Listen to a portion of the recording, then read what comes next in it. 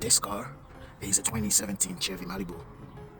It was giving some trouble starting, crank with no start. The problem was the timing.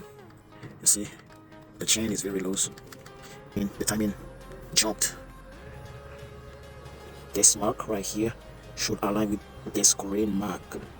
The chain should be there. That's the intake side and this is the exhaust side.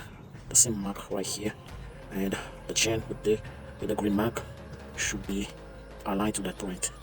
And down there, the crankshaft, the point is here, and the chain mark is right there.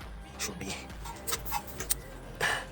this mark should be up there for the crank shaft. I'm going to change the oil timing set. Yeah, the timing was over advanced. That was the problem of cranking with no start. 2017 Chevy Malibu.